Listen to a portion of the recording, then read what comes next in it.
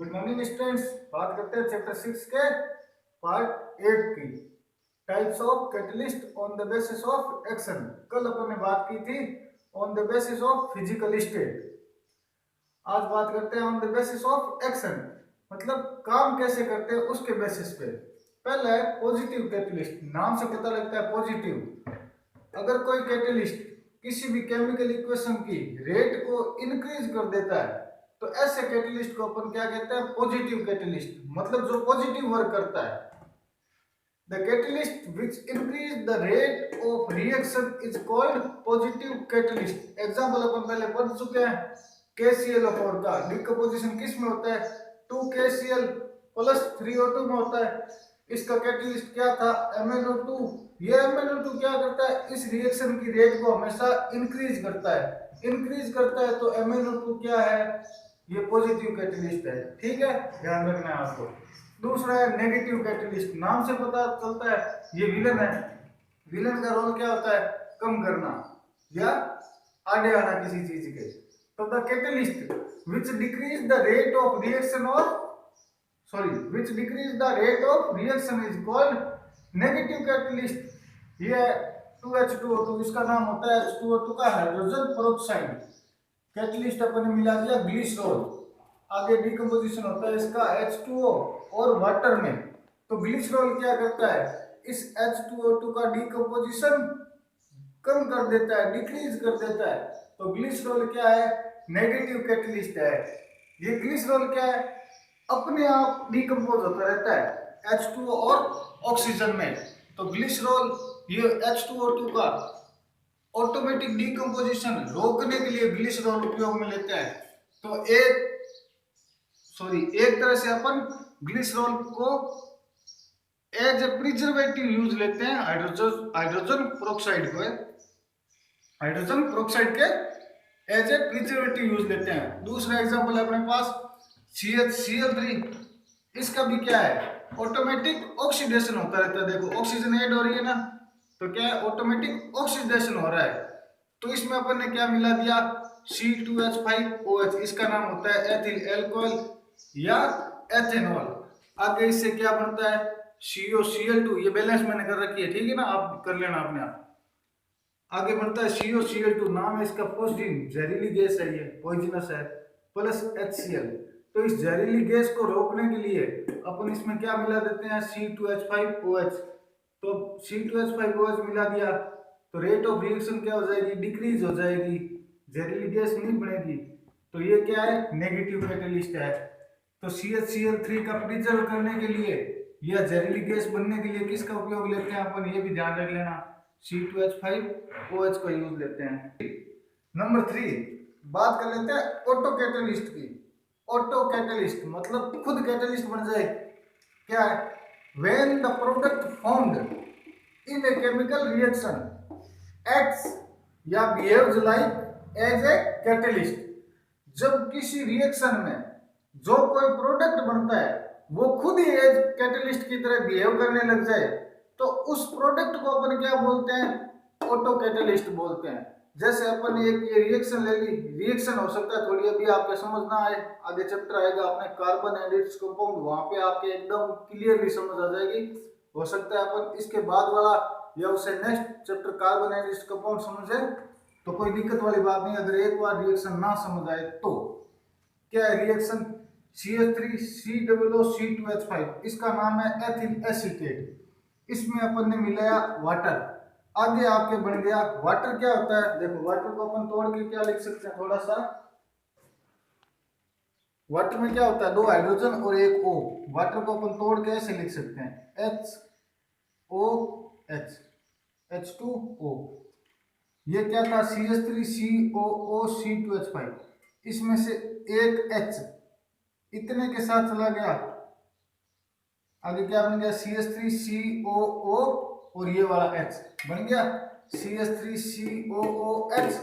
पीछे क्या रह गया, C2H5 और ये वाला OH। देखो C2H5 और ये वाला OH, इसका नाम हो गया एसिटिक एसिड और इसका नाम हो गया एथेनॉल। यहाँ जो ये CH3COOH बना है ये खुद क्या बन जाता है, कैटलिस्ट बन जाता है, ये खुद ही कैटलिस्ट बन जाता है और इस रिएक्शन की स्पीड क्या कर देता है, रेट क्या कर देता है, इंक्रीज कर देता है। ये इंक्रीज कर देता है तो इसको अपन क्या बोल देते हैं, ऑटो कैटलिस्ट बोल देते हैं, ठीक है। और नेक्स्ट कैटलिस्ट है, छोटा सा कैटलिस्ट है, बायो कैटलिस्ट है, फूड एंड डाइजेशन में आ जाएगा आपके। बायो कैटलिस्ट क्या होते हैं, दो substance which increase the rate of biochemical reactions. Biochemical reaction क्या होती है, जो अपने शरीर में होती है, अपनी बॉडी में होती है, उन कैटलिस्ट को अपन बोलते हैं बायो कैटलिस्ट, ठीक है।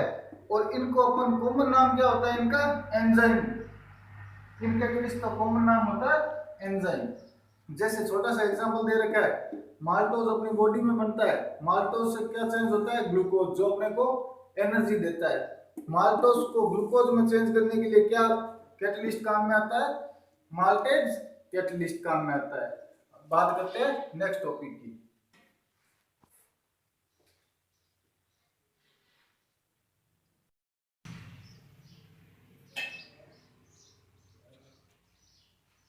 नेक्स्ट बात करते हैं catalyst promoter and catalyst poison. ये टाइप्स ऑफ कैटलिस्ट नहीं है, ये कैटलिस्ट को कैसे इफेक्ट करते हैं उस बारे में, ठीक है। कैटलिस्ट प्रमोटर, प्रमोटर का मतलब कैटलिस्ट को जो प्रमोट करते हैं, those substances which increase the activity of catalyst are called catalyst promoter.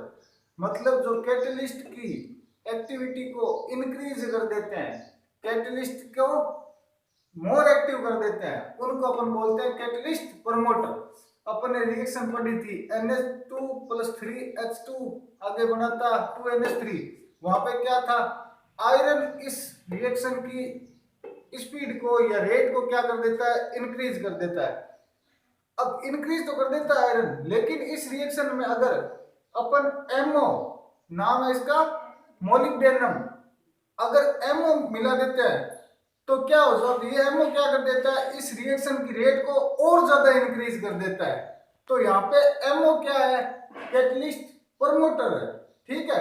Iron क्या था, कैटलिस्ट था, लेकिन MO और ज्यादा रेट ऑफ रिएक्शन क्या कर देता है, इंक्रीज कर देता है, या इस आयरन को और ज्यादा एक्टिव कर देता है। तो मोलिब्डेनम क्या है, कैटलिस्ट प्रमोटर है। दूसरा टाइप है कैटलिस्ट पॉइजन, मतलब जो कैटलिस्ट की एक्टिविटी को डिक्रीज कर देता है। सेम टू सेम रिएक्शन है N2 + 3H2 2NH3, क्या करता है, आयरन रिएक्शन की रेट को इंक्रीज कर देता है, लेकिन इस आयरन के साथ अपन CO कोबाल्ट को अगर मिला देते हैं तो ये कोबाल्ट क्या कर देता है, इस आयरन की एक्टिविटी को डिक्रीज कर देता है। डिक्रीज कर देता है इसका मतलब रेट ऑफ रिएक्शन क्या हो जाएगा, कम हो जाएगा। तो ये कोबाल्ट क्या है, कैटलिस्ट पॉइजन है, ठीक है। कैटलिस्ट की एक्टिविटी को डिक्रीज कर देता है, तो कोबाल्ट क्या है, कैटलिस्ट पॉइजन है। चैप्टर का लास्ट टॉपिक, और इसमें से छोटा मोटा क्वेश्चन पूछ लेता है, तो प्रॉपर्टीज ऑफ या कैरेक्टरिस्टिक्स ऑफ कैटलिस्ट। सिंपल है, अपन ने कहीं ना कहीं पहले जिक्र कर लिया इनका। Catalyst only rate of reaction change करता है, खुद चेंज नहीं होता है, खाली रेट ऑफ रिएक्शन चेंज कर देता है। A small amount of catalyst required होता है फॉर ए रिएक्शन, ऐसा नहीं है कि भर भर के डाल दो कैटलिस्ट। तीसरा है there is a specific catalyst for specified reaction. एक रिएक्शन के लिए स्पेसिफिक कैटलिस्ट होना चाहिए, ऐसे नहीं है इस रिएक्शन के लिए आयरन काम में लिया है, हर एक रिएक्शन के लिए आप आयरन काम में ले लो, नहीं, दूसरी रिएक्शन के लिए कोई दूसरा कैटलिस्ट काम में लेना पड़ेगा। नेक्स्ट है catalyst does not initiate the reaction but increase the reaction. Catalyst किसी रिएक्शन को शुरू नहीं कर सकता, केवल उसमें इंक्रीज या डिक्रीज कर सकता है, ठीक है ना। कोई रिएक्शन शुरू तो अब किसी न किसी रिएक्टेंट से होगी, बाद में उसकी रेट में चेंज कैटलिस्ट कर सकता है। और लास्ट है catalyst are more active at certain temperature, मतलब कैटलिस्ट को एक्टिवनेस के लिए कोई ना कोई टेम्परेचर फिक्स होता है। Thank you.